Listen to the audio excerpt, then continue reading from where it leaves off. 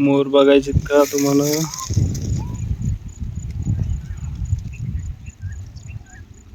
अरे गेले तिथं.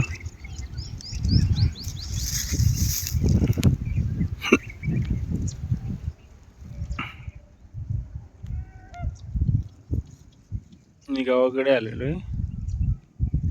हे आपलं शेत आहे. कसं वाटतंय गावाकडचं वातावरण तुम्हाला? कमेंटमध्ये नक्की कळवा.